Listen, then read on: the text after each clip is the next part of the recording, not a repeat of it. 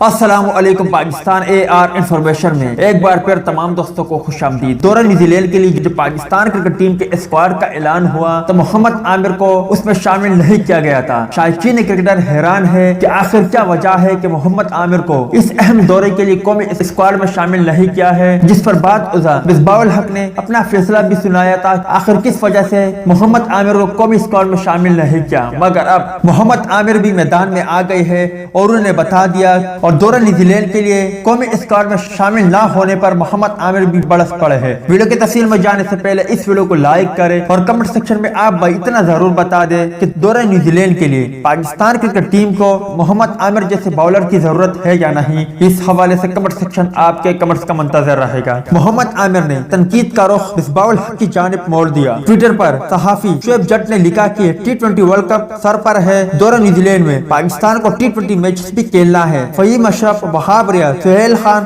اور اماد وسیم شامل ہے۔ فٹنس مسائل کا شکار نسیم شاہ بھی موجود ہے۔ محمد عامر کو منتخب نہ کرنا نا انصافی ہے۔ اس کا جواب دیتے ہوئے پیسر نے کہا کہ مصباح الحق صاحب ہی بتا سکتے ہیں کہ مجھے کیوں قومی اسکواڈ میں شامل نہیں کیا، مگر پھر بھی ٹیم گرین کے لیے نیک خواہشات کا اظہار کرتا ہوں۔ میری خواہش ہے کہ پاکستان کرکٹ ٹیم کامیابی حاصل کرے۔ دوستو، جس طرح محمد عامر نے بتایا کہ مصباح الحق ہی بتا سکتے ہیں کہ مجھے دورہ نیوزی لینڈ کے لیے کیوں قومی اسکواڈ میں شامل نہیں کیا، اور اس کے علاوہ محمد عامر نے نیک خواہشات کا اظہار بھی کیا، اس سے واضح ہوتا ہے کہ محمد عامر کو کتنا دکھ ہوا ہے جب انہیں دورہ نیوزی لینڈ کے لیے قومی اسکواڈ سے نظر انداز کیا۔